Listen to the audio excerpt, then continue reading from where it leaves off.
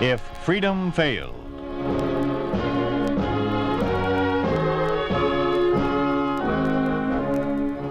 We'd like to take you on a visit to a town that doesn't exist.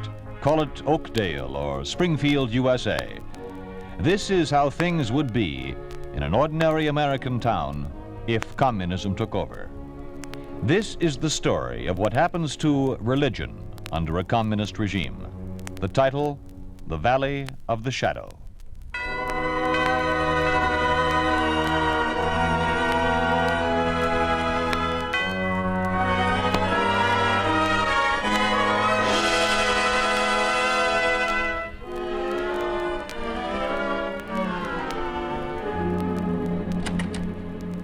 The alley's clear, children.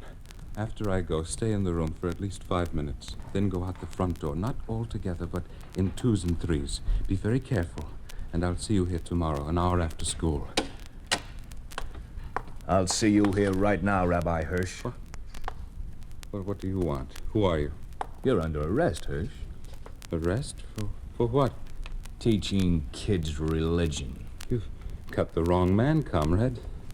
My name's Jack Crandall. I know next to nothing about religion. Save your breath. Your room's been wired for weeks. If you think I'm Hirsch, go ahead, take me in. You'll find I'm a school teacher. You belong to Jameson's underground. You've broken all the anti-religious laws in the book. Jameson? Underground? I'm afraid I don't understand. You will. But I've never heard of Jameson. All right. Have it your own way. If you want to be a martyr, we'll try to accommodate you. I don't know what you're talking about. You will. When the boys down at headquarters start working you over.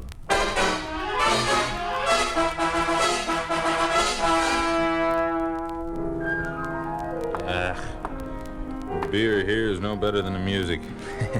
So, anything new in the Hirsch case? Nothing, Comrade Ryder.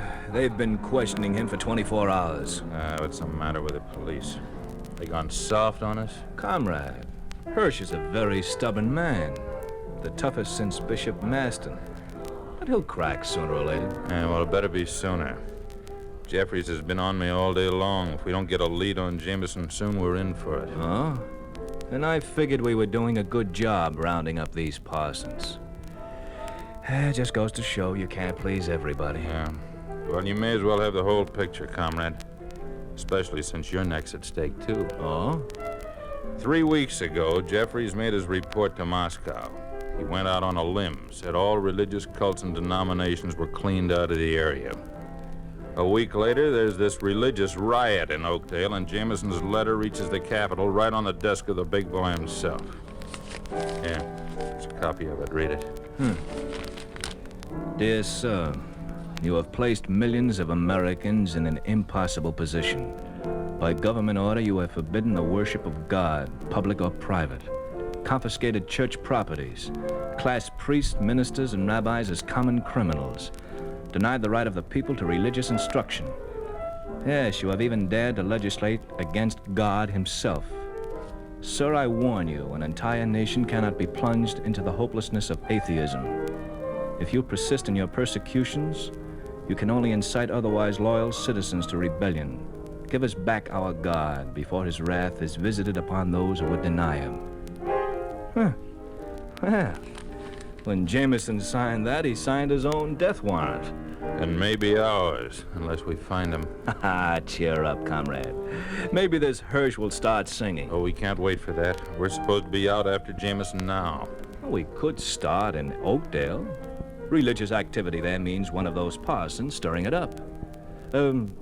What's this Jameson look like? Yeah, ordinary, Joe Smith sort of face. Out of clerical clothes, he's the typical passerby. You have a picture of him? Yeah, and a description and a history of past activities. Now, we've got our work cut out for us. Look at this. A high percentage of resistance to the people's government among members of Jameson's old congregation. I remember now. Jeffries was all set to arrest him the day we closed up his church, but somehow Jameson got himself tipped off and disappeared 2 days ahead of time. In this picture, if I ever saw an anonymous-looking guy, it's this Jameson. Yeah, he's going to be hard to spot, Talbot. He's Episcopal. High Episcopal. That's first cousinly Catholic. He may have a cross hidden on him like the priests.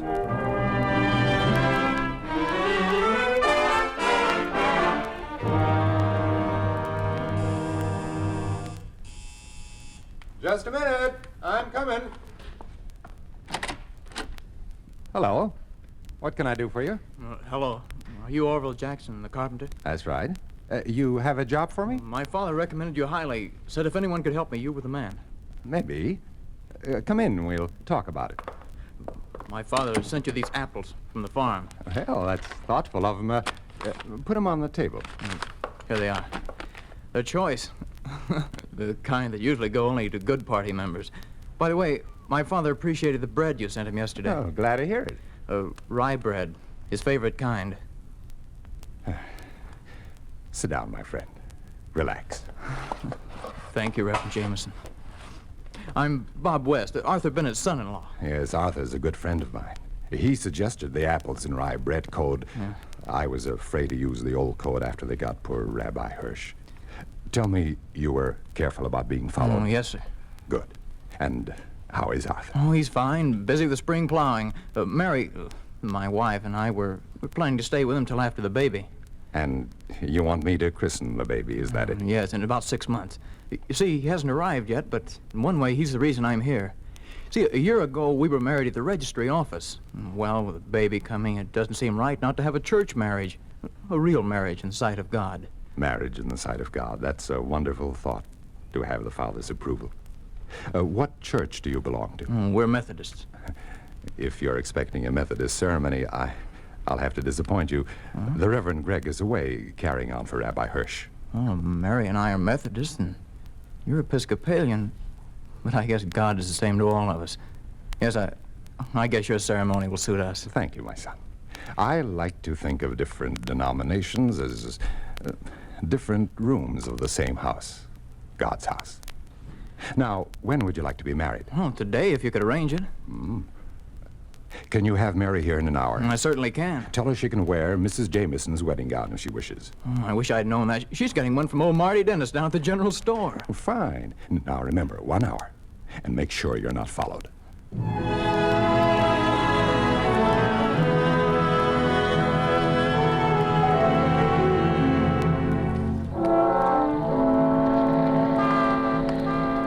So far, so good, Comrade Ryder. Commissar Dawson's a very nice guy. What do you mean, so far, so good? Dawson doesn't know any more than we do about Jameson, and the news from Springfield's all bad. That fool Hirsch, why doesn't he talk? Man, you gotta give him credit. He's taken everything they could throw at him for 4 days. Talbot, it's dangerous to express admiration for an enemy of the state. Oh, no, I didn't mean it that way, Comrade, and you know it. What's the matter with you, anyhow? I'm thinking of my own neck, and it worries me. Can't figure any way of finding this Jameson except to wait for a break. And Jeffries isn't going to allow much time for waiting. Now, why doesn't Hirsch talk? Confession from him would solve everything. I just had a thought. Yeah? Well, Oakdale's a small town. So? What if it's like most small towns, there are 2 places to pick up information. The post office and the general store right across the street. Marty Dennis, proprietor, the sign says. I wonder why that place hasn't been socialized yet. Make a mental note of it. Let me take a look through the window before we go in. Just 2 people, Comrade. The clerk and a girl. I should get something big in a big flat box, sort of a suit box. Say, she's not bad looking. Not bad at all. Come on, let's go in. Thanks very much, Mr. Dennis. Oh, not at all, Mary. I'm glad I could help you. I'll be in again soon. Goodbye. Hello there. Fine day, isn't it? Good afternoon. Say, what's that you're carrying? Looks like it might be a new dress. Oh, you clumsy ox. You did that on purpose. Oh, it was an accident, sister. Here, let me pick it up No, for you. stop it. Stay away from that box.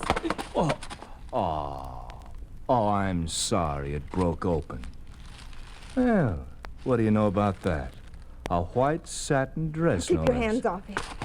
Just a minute, sister. Get away from me. Get away. Comrade Ryder, that was a wedding dress. Wedding dress, huh? I'll follow the girl. You question the clerk. Right.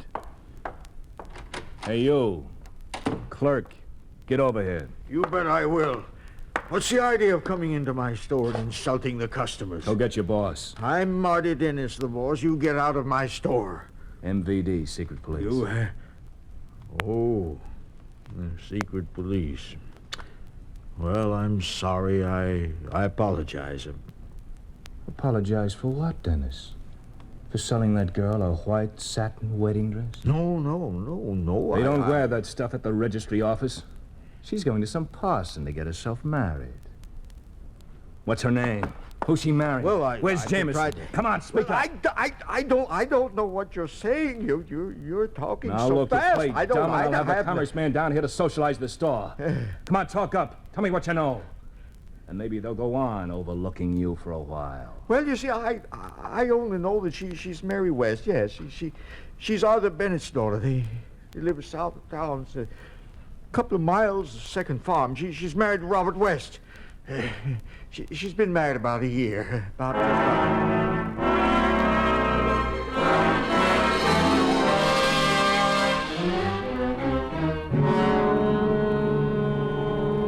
Girl's up to something, all right. She met a man near the post office. I followed him to this little house around the corner.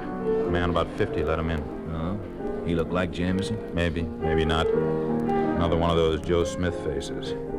I gave him a few minutes to set up the marriage inside, and then I went in through a window. Nobody there. He must have spotted me and gone out the back. What'd you dig out of that storekeeper? Oh, her name's West. She lives a couple of miles out of town with her old man, a farmer named Bennett. Dennis said she was married, but I think he's lying. What would a married woman want with a wedding dress? We'll take one of Commissar Dawson's cars and pay Farmer Bennett a little visit.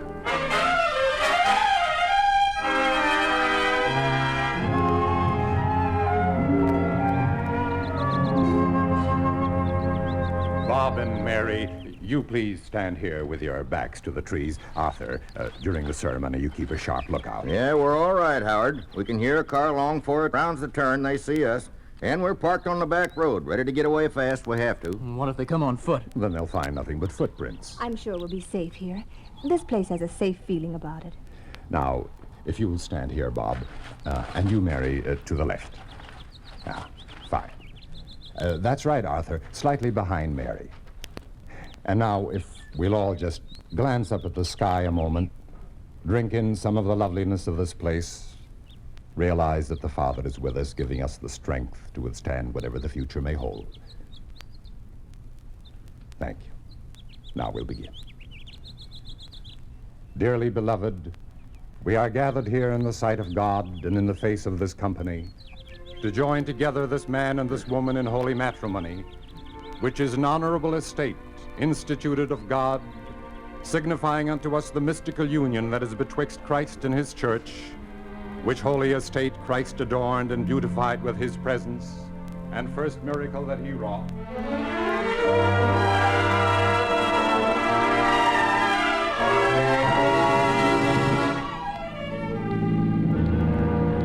Why is it you always have to slap talk out of him? That old man lives on Bennett's farm. We caught him working in the barn, and yet he pretends he doesn't know a thing about Bennett or his daughter. From what the old gaffer did say, the girl and the two men must have picked up Bennett about a half hour ago. Yeah, those were fresh tire tracks heading east. Yeah. Well, we can ride along till we hit the first crossroad, and we'll check for a turnoff.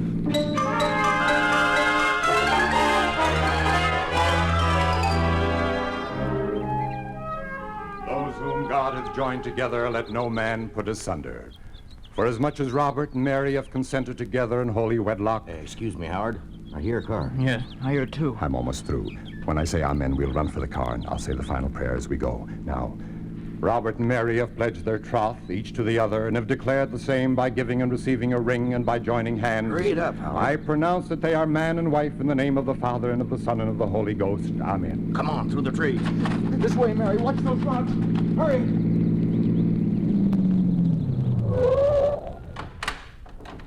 You see anything, Talbot? Oh, yeah. Footprints. Plenty of them. Over there, behind those trees. Come on. Faster, Talbot. Oh, there it is. Heading down the hill. An old gray sedan. Now we'll never catch him.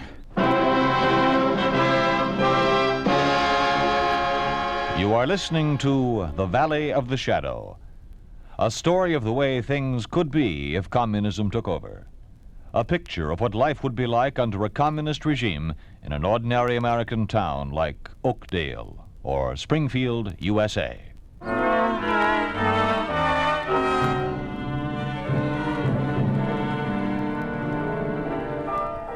I wonder if this Dawson ever has any good news. What a dirty break, Hirsch dying on us. Died without saying a thing, the fool. I told him to turn state's evidence, but you can't talk sense into those religious crackpots.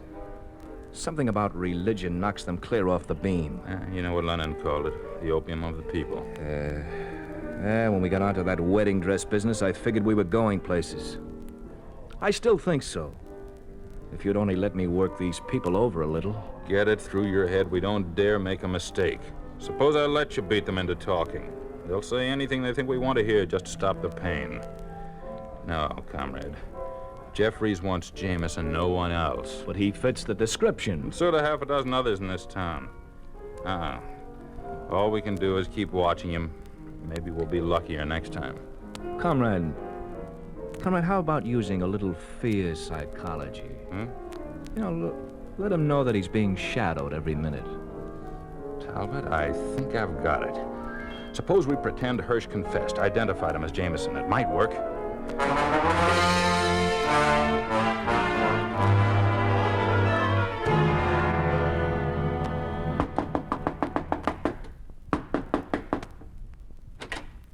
All right, Jameson, we're having a little talk with you. Back inside, comrade. Back in the room and close the door.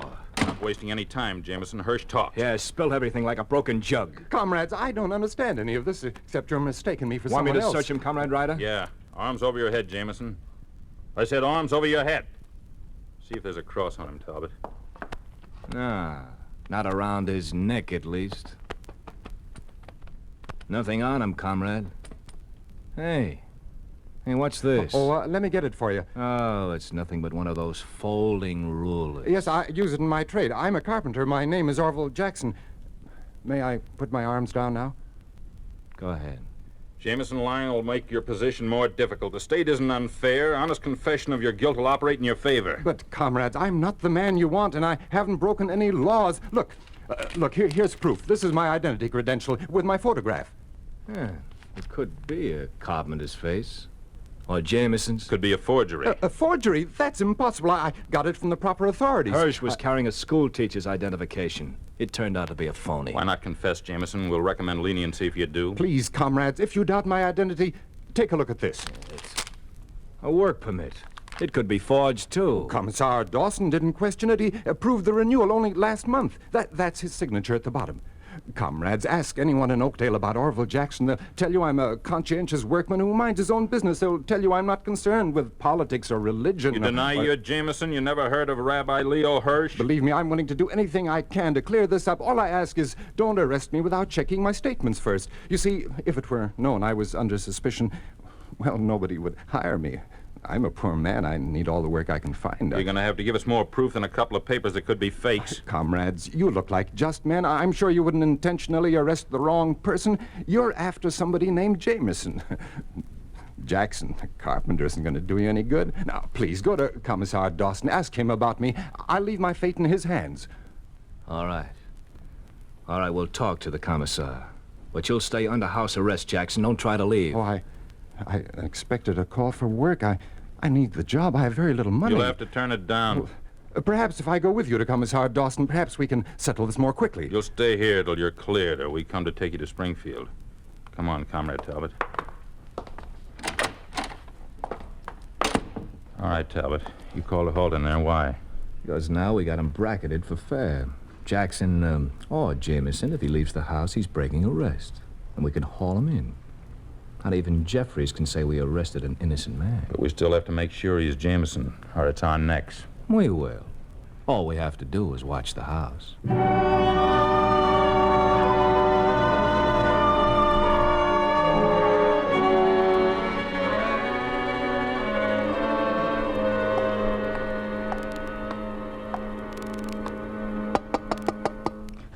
Jackson?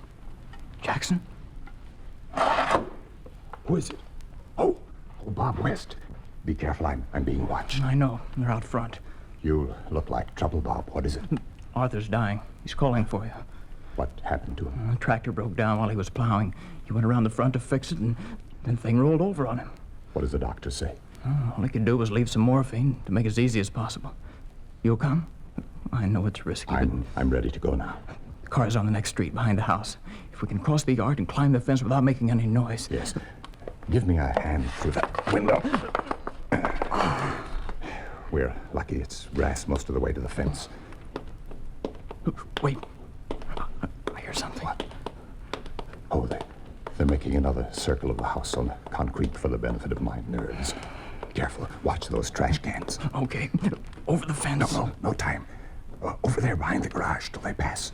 Yes. Come on, let's run. Stay quiet. Behind here. Stop! Stay where you are! Come on, somebody's in the back! Hold it, Ryder. We better split up. You go around this side of the garage, and I'll take that side. Hear that? Yes. Make a break for the fence. Now. Stop! Stop! Grab him, comrade! There's a car, over there. That's where they're heading.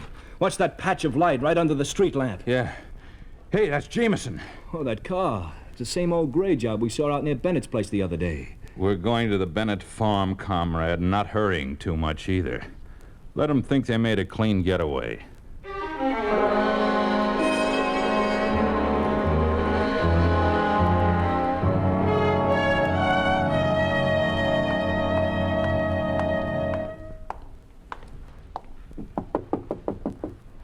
Who is it?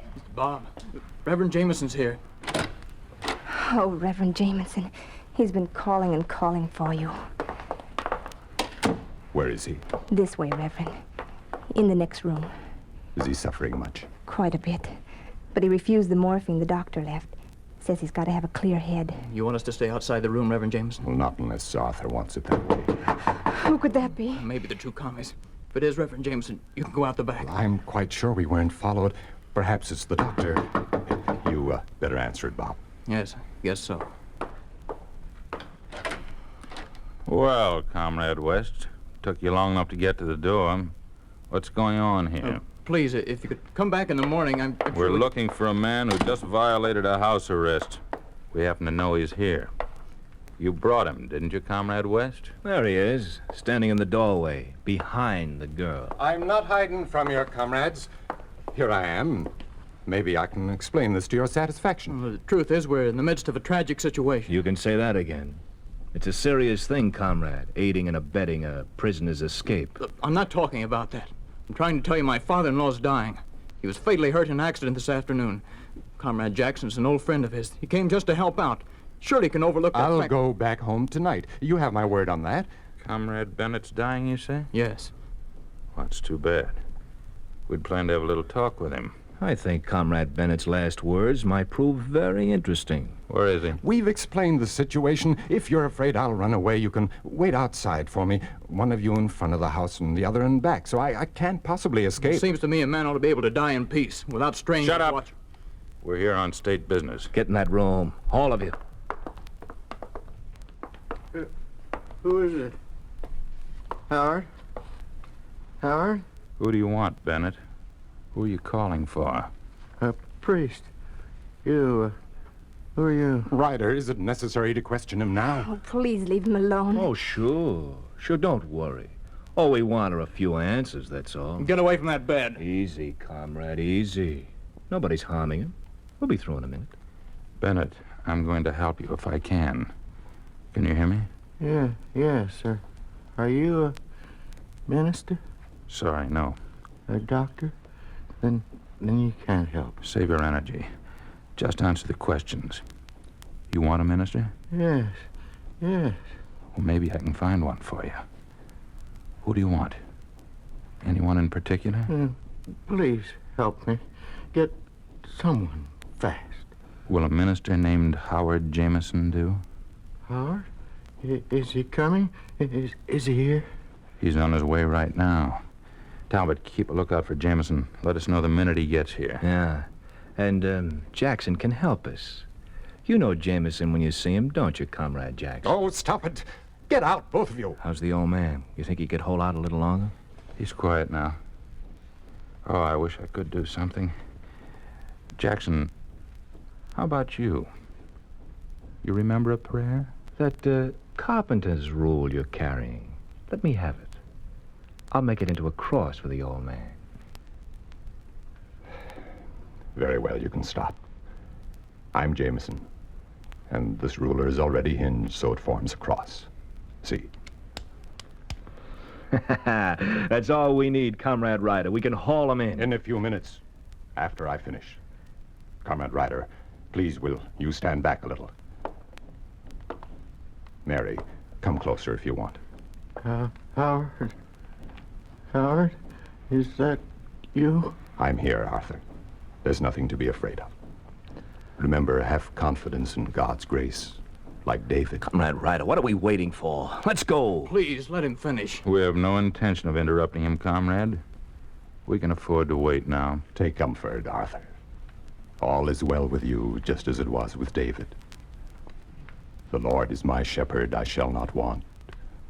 He maketh me to lie down in green pastures. He leadeth me in the paths of righteousness for his name's sake. Yea, though I walk through the valley of the shadow of death, I will fear no evil. For thou art with me. Thy rod and thy staff, they comfort me. Thou preparest a table before me in the presence of mine enemies. Thou anointest my head with oil. My cup runneth over. Surely goodness and mercy shall follow me all the days of my life, and I will dwell in the house of the Lord forever. Amen. Put the cuffs on him, Talbot.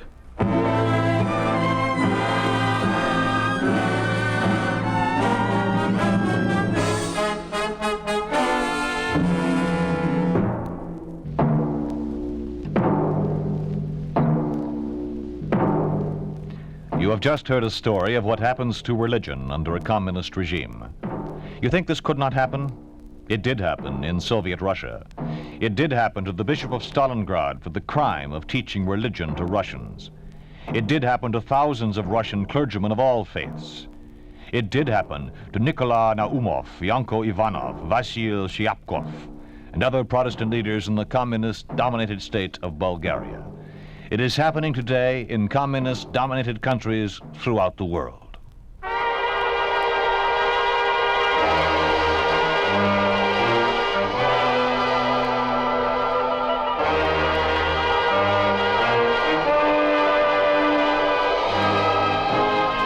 You've been listening to If Freedom Failed, starring Don Randolph as the Reverend Howard Jameson in the Valley of the Shadow. Music was composed by John Hicks, with musical direction by Michel Perrier. The Valley of the Shadow was written for If Freedom Failed by William Tunberg, produced and directed by Robert M. Young. Sergeant Lloyd Eyre speaking. This program has come to you through the worldwide facilities of the United States Armed Forces Radio and Television Service.